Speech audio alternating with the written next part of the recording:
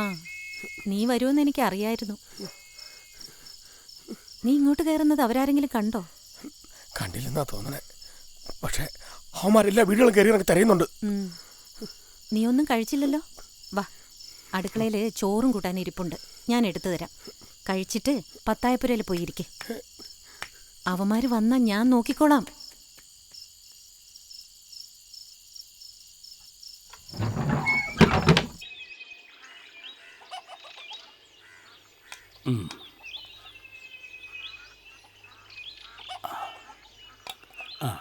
നിനക്ക്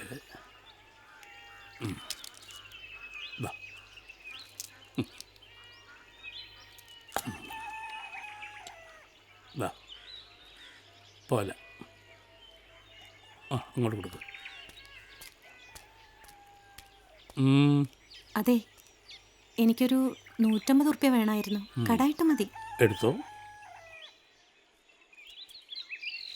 ഇത് നിനക്ക് വേണ്ടി തന്നെ അല്ലേ, അല്ലാതെ നാട്ടുകാരെ സഹായിക്കാനൊന്നും അല്ലല്ലോ. ഏയ് അല്ല, പോട്ടെ.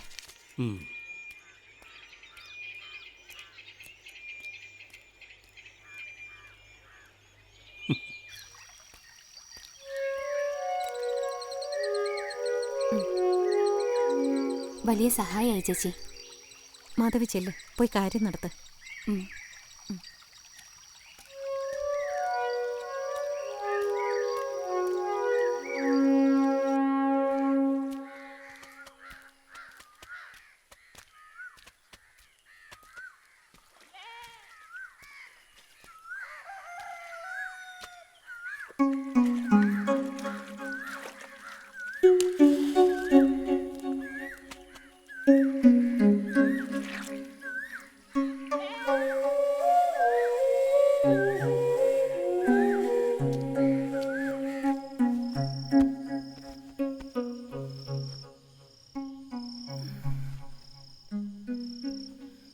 നീ എന്തിനാ മണ്ണാത്തി മാധവിയോട് സംസാരിക്കുന്ന?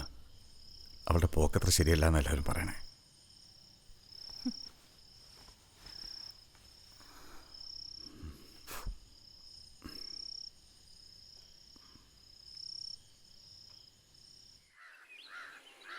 ഈ ദുർനടത്തക്കാരിയോട് ഇത്രയും അടുപ്പത്തോടെ ആരും സംസാരിച്ചിട്ടില്ല. ആണുങ്ങൾക്കെല്ലാം എൻ്റെ ശരീരം മതി. ആവശ്യം കഴിഞ്ഞ് ദുഷിക്കുകയും ചെയ്യും. എന്താണ് നിന്റെ രഹസ്യം?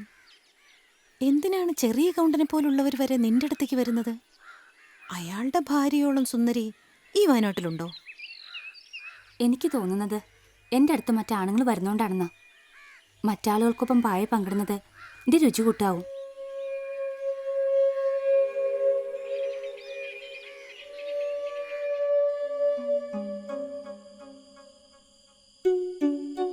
ആദ്യമൊക്കെ എന്നോട് വലിയ ദേഷ്യമായിരുന്നു.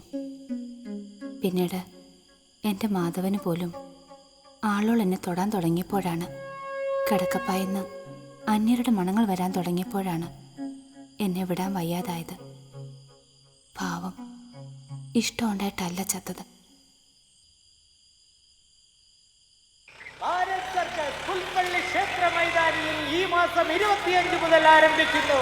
കാണികളെ അത്ഭുത സ്തബ്ധരാക്കുന്ന മരണക്കിണർ, സൈക്കിൾ ഓടിക്കുന്ന കുരങ്ങന്മാർ, കാണികളെ ആകാംക്ഷയുടെ മുൾമുനയിൽ നിർത്തുന്ന ട്രപ്പീസ് അഭ്യാസങ്ങൾ, ആന, പുലി, സിംഹം, ഒട്ടകം തുടങ്ങി ഒട്ടേറെ മൃഗങ്ങളുടെ അഭ്യാസ പ്രകടനങ്ങൾ ഭാരത് സർക്കസ് പുൽപ്പള്ളി ക്ഷേത്ര മൈതാനിയിൽ ഈ മാസം 25 മുതൽ ആരംഭിക്കുന്നു.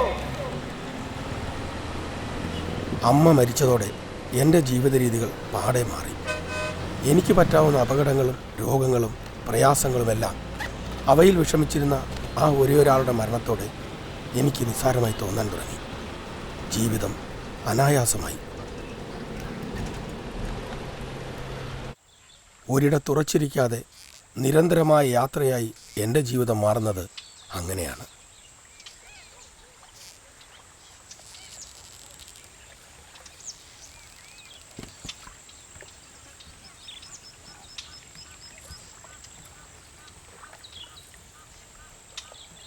യാത്രകൾക്കിടയിലുള്ള ചെറിയ ഇടവേളകളിലാണ് ഞാൻ നാട്ടിലുണ്ടാവാറുള്ളത്.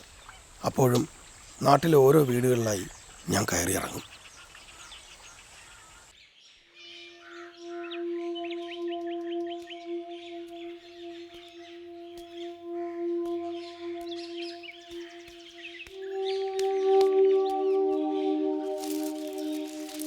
എന്നെ ആശ്രയിക്കാനോ എനിക്ക് ആശ്രയിക്കാനോ ആരുമില്ലാതിരുന്ന ഈ വീടിൻ്റെ വാതിലുകൾ പലപ്പോഴും ഞാൻ തുറക്കാറില്ല.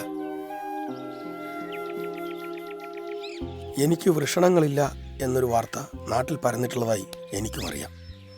അതിൽ പരിഭവിക്കാനോ അത് തിരുത്താനോ ഞാൻ മെനക്കെട്ടില്ല. ഒരു തരത്തിൽ എനിക്കത് വല്ലാത്തൊരു സ്വാതന്ത്ര്യമാണ് നൽകിയത്. ലൈംഗിക വിചാരം മനസ്സിലില്ലാത്ത എന്നോട് ഇടപഴകുമ്പോൾ സ്ത്രീകൾക്ക് വല്ലാത്തൊരു സുരക്ഷിതത്വം തോന്നിയിരുന്നു. ഭർത്താവിനോട് പറയാൻ നാണിക്കുന്ന കാര്യങ്ങൾ പോലും അവർ ഞാനുമായി പങ്കുവച്ചിരുന്നു. രാത്രിയിൽ സിനിമയ്ക്കും നാടകത്തിനും സർക്കസിനും കൂട്ടുപോവാൻ അവർ എന്നെ കാത്തിരുന്നു. ഈ നെല്ലിൻ്റെ ചോറിന് തിന്നാൻ പറ്റുമോ? ആ, നീ വന്നോ? നീ ഉണ്ടായിരുന്നെങ്കിൽ നമുക്ക് സർക്കസിന് പോകായിരുന്നു എന്ന് ഞാൻ ഇപ്പം പറഞ്ഞ് നാക്കെടുത്തതേ ഉള്ളൂ. അതിനെന്താ, നമുക്ക് നാളെ തന്നെ പോയേക്കാം.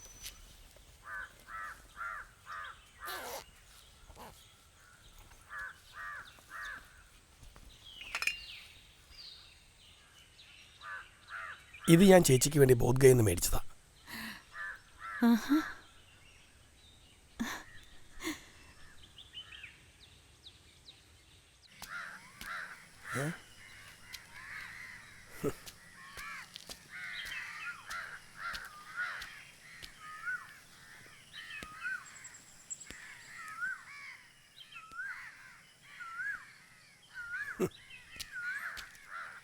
ഇങ്ങോട്ട് അയച്ച് ഞാൻ കുത്തിയിട്ട് തരാം.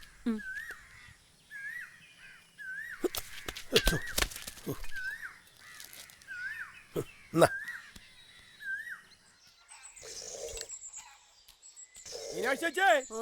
ഗോപാലേട്ടൻ ലീവിന് വന്നാ? 2 ദിവസമായി വന്നിട്ട്. കൊണ്ടുവന്ന മിലിറ്ററി തീർത്തലായിരുന്നു പറഞ്ഞേക്കണം. ഞാൻ വൈകുന്നേരം ഇങ്ങോട്ട് വരാം. ആ, പറഞ്ഞേക്കാം.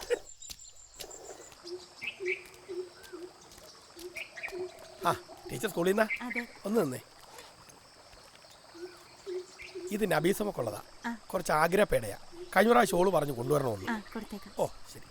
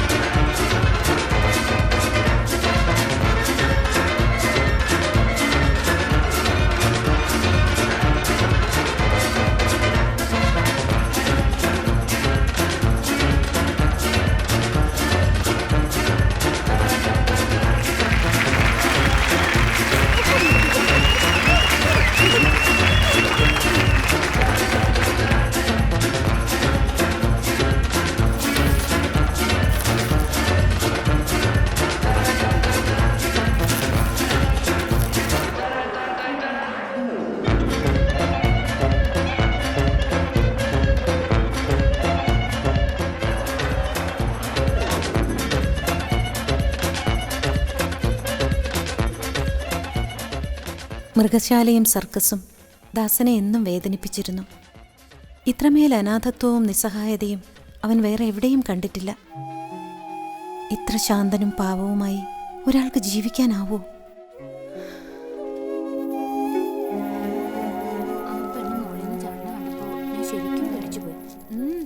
ഞാനും ആദ്യം ഒന്ന് പേടിച്ചു. ശരിയാ. കേച്ചബാ, നിനക്ക് ഇഷ്ടായോടാ സർക്കസ്?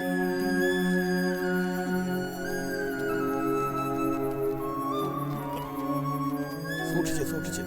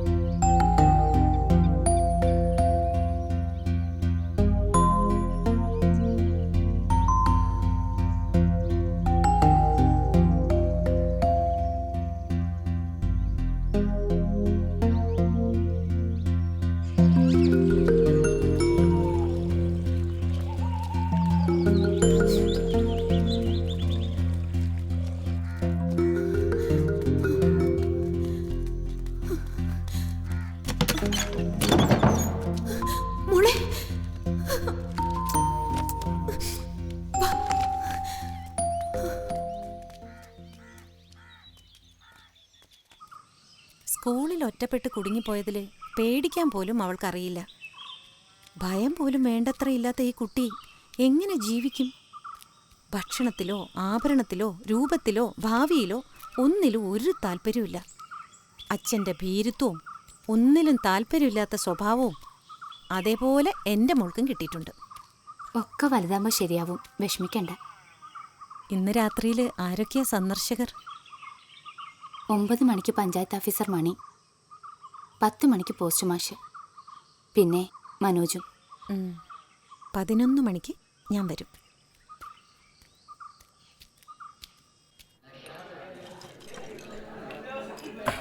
എടാ ഗഫൂറേ, നിന്റെ വിസ വന്നോടെ? നീ എന്നാ പോണേ? വിസ വന്നിട്ട് കുറച്ച് ദിവസമായി. അതിനിടയ്ക്ക് ഉമ്മാക്ക് അസുഖം കുറച്ച് കൂടുതലായി. അതുകൊണ്ടാണ് യാത്ര നീട്ടി വെക്കേണ്ടി വന്നത്. എന്തായാലും 25 മുമ്പ് അങ്ങ് എത്തിയേ പറ്റൂ. നീ പോണതിന് മുമ്പ് നമുക്ക് വിശദമായിട്ടൊന്ന് കൂടേണ്ടടാ. ഇന്ന് തീരെ സമയമില്ലടാ. അതിനെന്താ മനോജേട്ടാ, ഞായറാഴ്ച ഞാൻ വീട്ടിലേക്ക് വരാം. മോൾക്ക് നല്ല സുഖമില്ല, നോക്കുമ്പോൾ മരുന്ന് തീർന്നിരിക്കണം, അത് വാങ്ങാൻ വേണ്ടി ഇറങ്ങിയതാ. മോള് വീട്ടിൽ തനിച്ചാ, ഞാൻ അങ്ങോട്ട് ഇറങ്ങാം. ഓ ആയിക്കോട്ടെ. നീ അപ്പോൾ ഞായറാഴ്ച വാ. വരുമ്പോൾ ആ തബലയും കൂടി എടുത്തോ. നമുക്ക് കുറേ ഗസലൊക്കെ പാടി അടിച്ച് തകർക്കണ്ടേ? നമുക്ക് ഫൈസലിനെ കൂടെ കൂട്ടാം. ഓ നന്നായിട്ട് പാടും. പിന്നെന്താ, ഞാൻ ഇറങ്ങാം. മനോട്ടാ ഒന്നുകൂടെ അടിച്ചിട്ട് പോവാം. 1 ഫോർ ദ റോഡ്. പെട്ടെന്ന് ഒഴിക്കുന്ന.